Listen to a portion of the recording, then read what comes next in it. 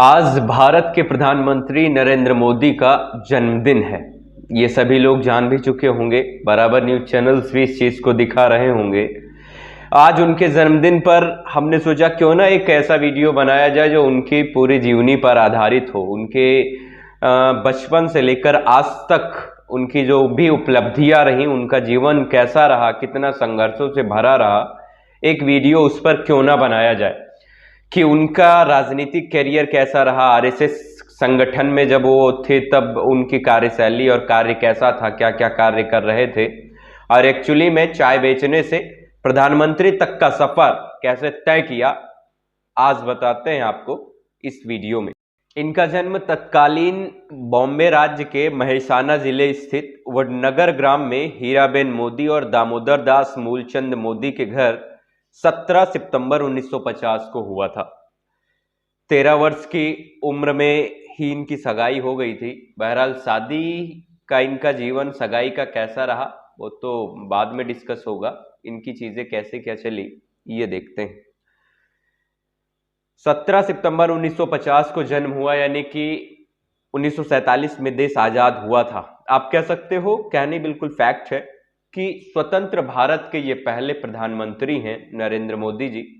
2001 में इन्होंने अपना राजनीतिक कैरियर शुरू किया था, बतौर मुख्यमंत्री बने थे ये गुजरात के। राजनीतिक कैरियर तो इनका 1984-85 में ही शुरू हो चुका था। बीजेपी के एक सक्रिय कार्यकर्ता ये बन चुके थे 1984-85 के दरमियान में। 2001 में ये पहली बार मुख्यमंत्री की शपथ लेते हैं गुजरात में। 2014 में ये प्रधानमंत्री बनते हैं और अभी तक ये भारत के प्रधानमंत्री हैं, दूसरी बार ये प्रधानमंत्री रहे। कैसा रहा इनका सफर, क्या क्या इन्हें मुश्किलें आई होंगी, क्या क्या चीजें इन्होंने किया, बारी बारी से हम आपको बताने की कोशिश कर रहे हैं, प्रयास कर रहे हैं। 7 अक्टूबर 2001 से 22 मई 2014 तक गुजरात के मुख्यमंत्री के तौर पर इन्होंने कार्य किया। आपको बता दें कि जब ये 8 वर्ष के ही थे, 8 वर्ष की आयु में ही इन्होंने आरएसएस ज्वाइन कर लिया था और कुछ ही टाइम के बाद ये आरएसएस के सक्रिय कार्यकर्ता हो गए थे। 1971 में ये पूर्णकालिक जो है आरएसएस के संगठन के जो है ये कार्यकर्ता बन गए थे। बीजेपी में ये 1985 में जुड़े थे। 2001 तक भाजपा के कई पदों पर इन्होंने कार्य किया और अंततः 2001 आते आते ये भाजपा के सचिव के पद तक पहुंच चुके थे।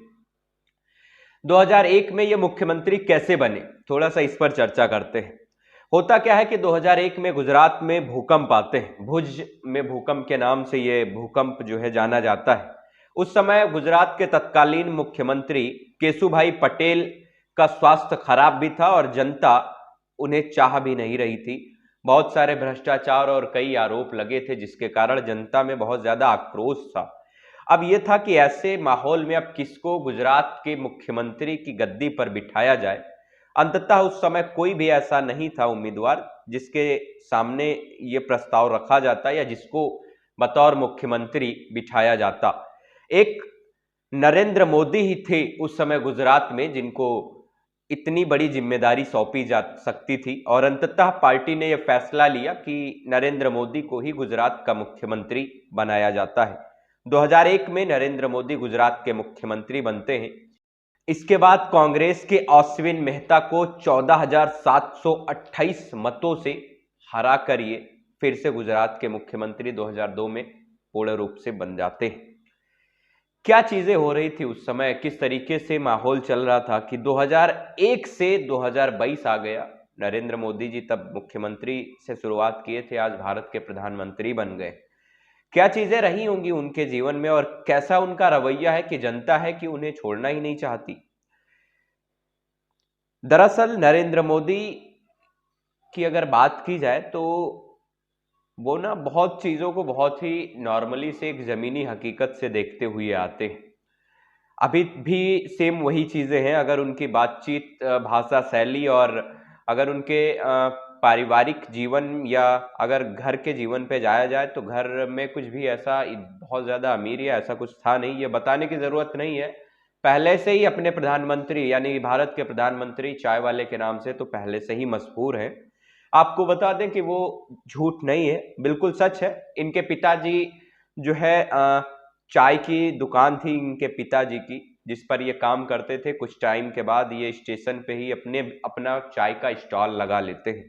आप कह सकते हो कि ओवरऑल इन्होंने चाय बेची है, ये सच है। सोचने वाली बात है ना कि एक चाय वाला एक पीएम बन जाता है।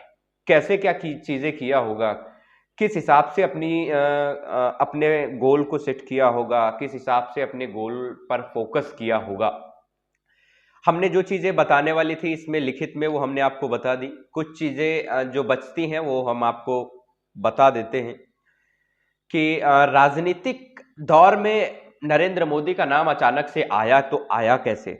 2001 में कैसे ये हो गया कि गुजरात में जब भूकंप आए और जब केशुभाई पटेल को कुर्सी से हटाया गया, तो ये कैसे तय हुआ कि मुख्यमंत्री के पद पे जो है नरेंद्र मोदी जी को ही बिठाया जाए, यही इस समय अच्छे हैं। एक्चुअली में हुआ क्या था कि 1990 के आसपास में मिली जुली सरकारों का दौर शुरू हो चुका था। गुजरात में भी नरेंद्र मोदी को मौका मिल जाता है 1995 के विधानसभा चुनाव में, 2/3 बहुमत के साथ सरकार बन जाती है। इसी के दौरान दो राष्ट्रीय घटनाएं घटित होती हैं जिनसे नरेंद्र मोदी का नाम पूरे भारत में फेमस हो जाता है। आप कह सकते हो नरेंद्र मोदी पूरे भारत के उस समय के सबसे बड़े चेहरा बन के उभर के आते हैं। इस दौरान दो घटनाएं क्या होती हैं? पहली घटना थी कि सोमनाथ से लेकर अयोध्या तक रथ यात्रा हुई थी, जिसमें आडवाणी के प्रमुख सारथी की भूमिका नरेंद्र मोदी जी निभा रहे थे। दूसरी घटना कन्याकुमारी से लेकर सुदूर उत्तर में स्थित कश्मीर तक की मुरली मनोहर जोशी की दूसरी रथ यात्रा भी नरेंद्र मोदी की देखरेख में आयोजित हुई थी। इसके बाद क्या था, ये दो जब यात्राएं हो गई, इसके बाद फिर तो नरेंद्र मोदी की जो फैन फॉलोइंग थी वो बिल्कुल बढ़ती चली गई। हमेशा से ही जीवन इनका मुश्किलों से भरा रहा, कहीं भी ऐसा नहीं था कि कोई भी सुख सुविधाएं इन्हें ऐसे ही मिल गई होंगी। 2001 में मुख्यमंत्री बनते हैं, 2002 में इनको बहुत बड़े बड़े आरोप इन पर लग जाते हैं, यहां तक कि इस्तीफे की मांग शुरू हो जाती है। इस्तीफा भी देना पड़ जाता है, जिसके बाद फिर से चुनाव लड़ते हैं और फिर दोबारा तभी ये कांग्रेस के अश्विन मेहता को 14,728 मतों से हरा के फिर से प्रधानमंत्री बनते हैं। एक्चुअली में होता क्या है, 2002 में गोधरा कांड होता है। अयोध्या से एक ट्रेन आ रही होती है गुजरात के लिए, जिसमें बहुत सारे आरएसएस के कार्यकर्ता उसमें थे, जिसमें जो है ट्रेन में आग लगा दी जाती है और बहुत से कार्यकर्ता जो है उसमें जलने से उनकी मौत हो जाती है, जिससे बहुत बड़ा दंगा गुजरात में भड़क उठता है। हजारों की संख्या में लोग मारे जाते हैं।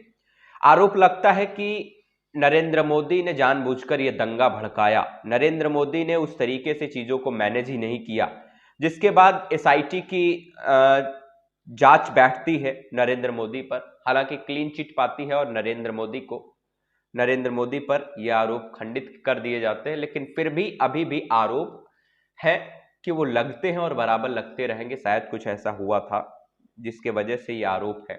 वो माहौल ही कुछ उस समय की जो घटना थी वो वाकई में थी भी बहुत ही ज्वलंत घटना, जिसको कह सकते हो कि भारत की एक बहुत ही दुर्भाग्यपूर्ण घटना थी। हिंदू मुस्लिम्स को लेकर दो गुटों में ये जो है दंगा फैला था गुजरात में, जो गोधरा कांड के नाम से जाना जाता है। हम आपको किसी वीडियो में गोधरा कांड की घटना का जिक्र करेंगे। बहरहाल आज हम आपको जो भी चीजें बताने की कोशिश करना चाह रहे हैं वो मोदी जी से जुड़ी हुई बताने की कोशिश करना चाह रहे हैं।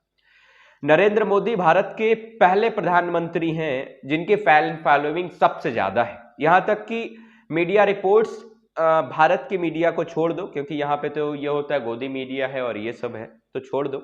विदेशों की मीडिया में भी मोदी का क्रेज कुछ और ही रहता है।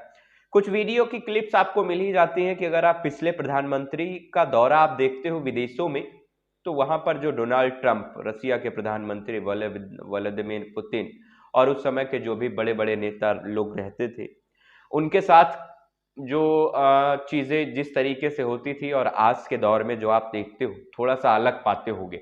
आज मोदी के फैन इंडिया में ही नहीं बल्कि पूरे वर्ल्ड में इनकी फैन फॉलोइंग है। दूसरे कंट्री के नेता सोचते हैं और पूछते हैं मोदी जी से कि आप इतना सब कैसे मैनेज करके चल रहे हैं और इतनी फैन फॉलोइंग कैसे बना ली, क्या चीजें हैं। यही सब वो चीजें हैं जो वाकई में इंसान को सबसे बेहतर बनाती है। प्रधानमंत्री तो इंडिया में बहुत सारे रहे, लेकिन दूसरी बार प्रधानमंत्री, और वो भी पहली बार के बहुमत से ज्यादा वोटों से जीत दर्ज करना, ये कोई आम बात नहीं है। इसके लिए तो वाकई में बहुत सारी चीजों को जो है मैनेज करना पड़ा होगा और बहुत बड़े लेवल का दिमाग लगाना पड़ा होगा। आपको बता दें कि 2014 लोकसभा चुनाव जब लड़ा गया, उस समय 282 सीटों पर जीत हासिल किया था बीजेपी ने। 2019 में जो दोबारा जीत हासिल की, उसमें 303 सीटें जीती थी बीजेपी ने। आप कह सकते हो कि फैन फॉलोइंग घट नहीं रही बल्कि बढ़ रही है।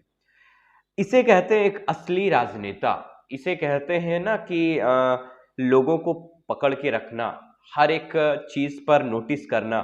वो कोई भी समुदाय हो, कोई भी धर्म हो, गरीब हो, अमीर हो या कुछ भी हो, ज्यादा कुछ खास इस चीज पर नहीं बोलेंगे, वरना कुछ लोग कहने लगेंगे कि आप मोदी भक्त हो। शायद मीडिया भी गोदी मीडिया बोल रहे थे कुछ टाइम के लिए, हमें भी बोलना शुरू कर देंगे। तो मैं ये तो नहीं कहूंगा, बस मेरे यही कहने का मतलब है कि चीजों को किस हिसाब से मैनेज किया, चीजों को किस हिसाब से प्लान किया, जो आज इतनी बड़ी फैन फॉलोइंग लेकर भारत के प्रधानमंत्री नरेंद्र मोदी जी बैठे हुए हैं। आज आप देखते हो तो हर तरफ यूथ जो है, युवा है, उसके सिर पे बस एक ही भूत सवार है। एक नारा आपने सुना होगा, घर घर मोदी, हर हर मोदी, घर घर मोदी। ये कुछ नारे हैं। इसी के साथ में जब ये नारा आ जाता है तो कुछ और भी चीजें, युवा का नाम आया है तो बता भी दें। सारी चीजें तो ठीक है, फैन फॉलोइंग की बात ठीक है, विकास के नाम पर भी चीजें ठीक है, लेकिन युवाओं के साथ तो थोड़ा बहुत खिलवाड़ हुआ है इस गवर्नमेंट में, वो बिल्कुल सच है। सरकारी नौकरियों को देखा जाए तो जिस हिसाब से प्लान दिया था इस सरकार ने, ना तो पिछली सरकार में उस हिसाब से सरकारी नौकरियां निकली, और ना तो इस बार सरकारी नौकरियां निकलती हैं।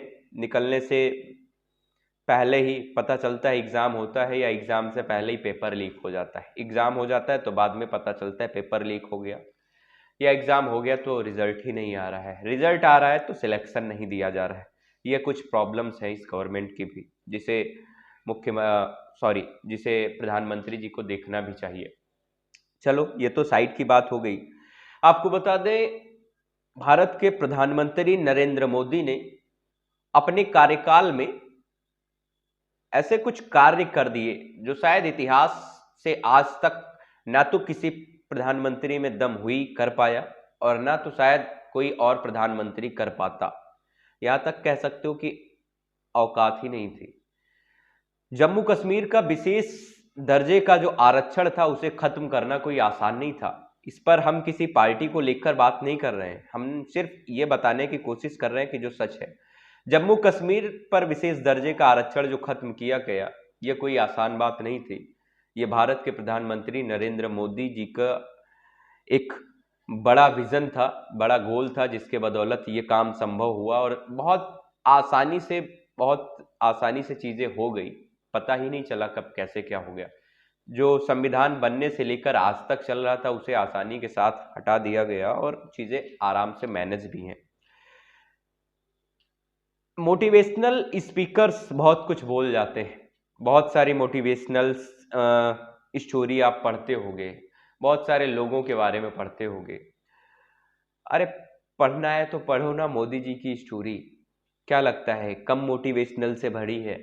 कम मोटिवेशन है इनके जीवन से सीखने को? बहुत बड़ा मोटिवेशन, इससे बड़ा तो मोटिवेशन हो ही नहीं सकता, मुझे नहीं लगता। एक बिजनेसमैन क्या कर सकता है? छोटे से एक बड़ा व्यापार शुरू कर सकता है, अरबों खरबों का व्यापार शुरू कर सकता है, बस इतना ही ना। एक चाय बेचने वाला पूरे देश को चलाए, ये तो एक मोटिवेशन बहुत ही बड़े लेवल का हो गया ना। कि बिजनेसमैन क्या है, माना कि पैसा हो गया, सब कुछ हो गया, अलग बात है, आपके पास अरबों खरबों रुपए हो गए, बट आप कंट्री नहीं चला सकते, देश नहीं चला सकते। पैसा कमाना और देश चलाने दोनों में डिफरेंस है। आज भारत के प्रधानमंत्री नरेंद्र मोदी, जो कभी चाय बेचा करते थे, आज वो देश चलाते हैं। कैसे संभव किया होगा? क्या लगता है कि कम मेहनत करनी पड़ी होगी? गोल छोटा सेट किया होगा? नहीं, जब बड़ा गोल सेट किया होगा, अपने आप को उस हिसाब से टारगेट दिए होंगे, टाइमिंग सेट की होगी, तभी तो। और गोल सेट करने पे अगर टाइमिंग जो है सेट कर देते कि नहीं मुझे 10 साल के अंदर ये सब कुछ करके खत्म कर देना है, तो शायद नहीं हो पाता ना। गोल सेट किया, टाइम दिया कि मुझे इतने टाइम तक, कुछ रिपोर्ट्स बताती हैं कि सिर्फ 4 घंटे मोदी जी सोते हैं, बाकी पूरे 20 घंटे काम करते हैं। मॉर्निंग के 5 बजे जग जाते हैं, 5 बजे से उनका कार्यक्रम शुरू हो जाता है, मतलब क्रियाकलाप शुरू हो जाते हैं, और तब से लेकर रात तक बिना थके हुए वो काम किया करते हैं। ये वो पहले इंडिया के नेता हैं, आप कह सकते हो, या इस समय के सबसे बड़े नेता, या यही वो नेता है जो कितनी भी बड़ी रैली हो जिसका संबोधन करना, कितने भी टाइम का संबोधन करना, इन्हें किसी भी स्क्रिप्ट की ज़रूरत नहीं पड़ती, इन्हें नीचे देखने की ज़रूरत नहीं पड़ती। मेन चीज़ें देख लिए, बाकी घंटे भर की स्पीच करनी है तो कोई बात नहीं, स्पीच देते रहते हैं। ये सारी चीज़ें कोई एक दिन में नहीं आ गई होंगी। ये जो इतना बड़ा सेटअप और इतनी बड़ी फैन फॉलोइंग, और आज इंडिया के पीएम जो बनने हैं मोदी जी, ये कोई आज का और बहुत छोटा सा सपना नहीं है। ये बहुत पहले सपना देखा होगा, और उस सपने के लिए ना प्रॉपर इन्होंने पर डे मेहनत की होगी, दिन रात अपने आप को तपाया होगा, उस लायक बनाया होगा। क्या लगता है कि पीएम के लिए बहुत छोटी मोटी चीजों से बनना पॉसिबल है क्या? बिल्कुल नहीं। छोटा सा एक इलेक्शन जीतना हो तो आप समझिएगा आज के टाइम पे विधायक और सांसद का चुनाव कितना बड़ा चुनाव हो गया है। वहां तक दोबारा सीट को मेंटेन कर पाना बहुत बड़ी बात हो गई। उस टाइम पे प्रधानमंत्री की दावेदारी में दोबारा बढ़त के साथ जीत दर्ज करना, ये कोई आसान बात नहीं है, बहुत बड़ी बात है। बस मैं यही कहना चाहूंगा वीडियो के माध्यम से कि आप लोग इस वीडियो से भी, हमने कुछ ज्यादा इसमें ना तो उनकी स्टोरी को बचपन में कैसा क्या बहुत कुछ नहीं दिखाया, बस मेन चीजें बताई। हम सिर्फ आपको ये बताने का प्रयास कर रहे हैं कि आप भी भारत के प्रधानमंत्री नरेंद्र मोदी की स्टोरी से कुछ समझो। इस वीडियो से भी बस इतना आप समझ लें कि अगर आप मेहनत करते हैं, अगर आपने अपने पैशन को टाइम दिया है, अगर आपके अंदर ना वो भूख है, वो जज्बा है, आपके अंदर वो बेचैनी है कि मुझे ये चाहिए, अगर आपके सपने आपको सोने नहीं देते, तो आप यकीन मानिएगा कि आप सही लाइन पे हैं, आप सही रास्ते पे चल रहे हैं। टाइम लगेगा, टाइम कितना लगेगा ये तो नहीं पता, लेकिन ये बिल्कुल सच है कि आप बहुत जल्द अपनी मंजिल को पा लेंगे, बहुत जल्द सफलता आपके हाथों में होगी। बस आप निराश मत होइएगा, आसपास के लोगों की बातें मत सुनिएगा, कोई कुछ कह रहा है वो आपको डिमोटिवेट कर रहा है, उसके बातों में मत जाइएगा। आपका सपना कितना बड़ा है ये मैं नहीं पूछूंगा, क्योंकि सपना आपका है, स्वयं का है, आप कितना भी बड़ा देखिएगा, आपको देखने का हक है और पूरा करने का आपका अधिकार है। बिल्कुल, तो सपने बड़े देखिएगा, बड़ा गोल सेट करिएगा, बड़ी मेहनत करिएगा, और यकीनन आप उस मंजिल पर जाएंगे, आपको सक्सेस मिलेगी। इसी के साथ वीडियो को विराम देंगे, क्योंकि वीडियो बहुत बड़ा हो जाएगा। वीडियो में कुछ खास नहीं बताया, लेकिन हमने जो कुछ बताया सिर्फ मोटिवेशन के पर्पज से बताया है। अगर इस वीडियो में आपको थोड़ा सा भी कुछ अच्छा लगा है तो प्लीज़ हमारे चैनल को सब्सक्राइब कर दें, लाइक करें और ज़्यादा से ज़्यादा शेयर करें। कल फिर मुलाकात होती है एक अगले वीडियो के साथ जो मोटिवेशन से भरा हुआ होगा इसी टाइम पे। तब तक के लिए देखते रहें हमारा स्ट्रांग भारत, मजबूत भारत। दोस्त, एक बात और कहना चाहेंगे कि प्लीज़ प्लीज़ प्लीज़, अगर अभी तक आपने हमारे चैनल को सब्सक्राइब नहीं किया है तो प्लीज़ एक बार हमारे चैनल को सब्सक्राइब कर लें, और पास में दिख रहे बेल आइकन को दबाना बिल्कुल ना भूलें। Thank you, best of luck.